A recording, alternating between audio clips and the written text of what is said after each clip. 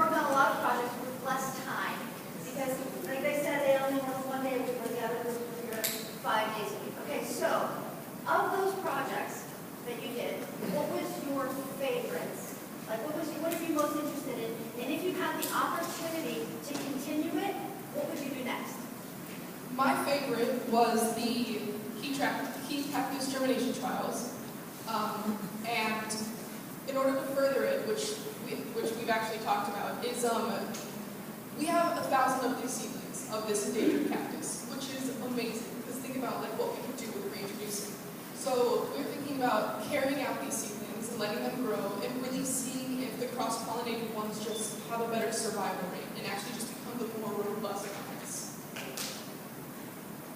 Pretty much what she said. What she said. I have a question.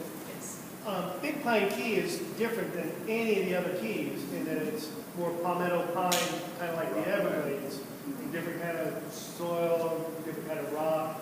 Does that come into the picture? So why maybe there was a greater success with that particular plant and on that key as the rest?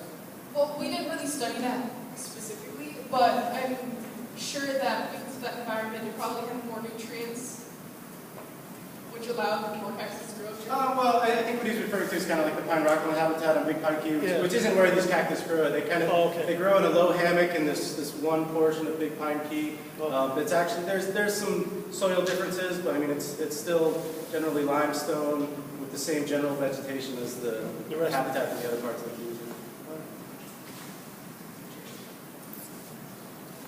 All right, so I have another question. So this goes to the same question that I asked Nicole and Jonathan. So Jen and Jimmy, how did you find this internship?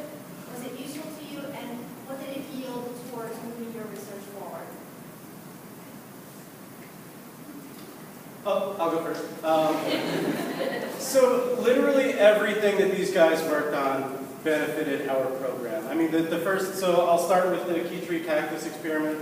So, and they touched on it in their presentation. This is a project, we've been working with this species for years now, but this is a project that I started last year, again, to kind of address this question of pollinator limitation and kind of inbreeding depression. So we had our intern last year cross-pollinating flowers and then self-pollinating certain flowers, and she looked at the differences in fruit set, and then these guys looked at the difference in kind of viability and germination rates of those fruit sets. And then the next step, as they said, but it's a slow process, these guys are slow growing, but the next step is looking at the survival and fitness and reproductive effort of these seedlings that we generated in wild reintroductions.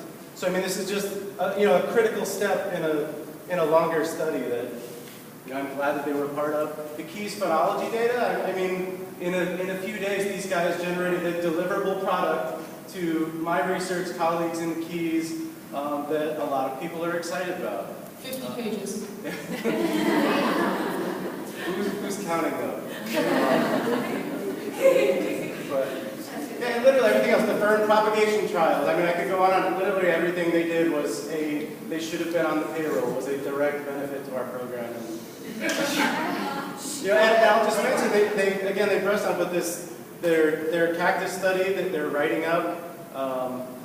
So everything, we're kind of seeing everything through. The Linum data, where we looked at the kind of the seeds produced per capsule, that was a great kind of opportunistic thing where this is an endangered species that we're working with, and we were having these guys kind of do almost grunt labor where we were cleaning and counting seeds. It's a very important part of the process, and we do it too. And we started noticing in the middle of this that, hey, why are these capsules from this one population, they don't seem to be producing a lot of seeds?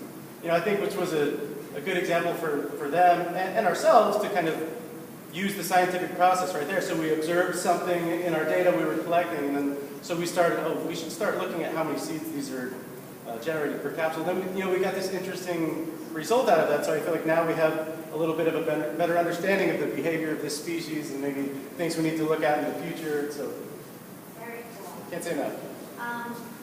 Jen, you believe these are high schoolers?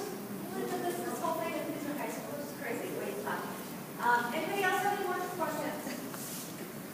So So what happens next? You knew that the interns were going to come in for 6 weeks, and you had them do that certain amount of work. So now who picks up and what happens next? Or was that just a study that you guys made for the interns and now it's As far as the cactus Correct. study? Well, so Jessica's going to be, she's one of our executive interns that is going to be with us through the full school year. But we also are, congratulations, Jessica. And we're going to grab Jake and Emily next year, hopefully. But yeah, so I mean, we're going to continue the study. Jessica's going to help our conservation horticulturalist who isn't here today, Peter, is going to help pot up these guys individually, and we're going to grow them out. And so myself personally, we're all going to be very involved and keep this project going.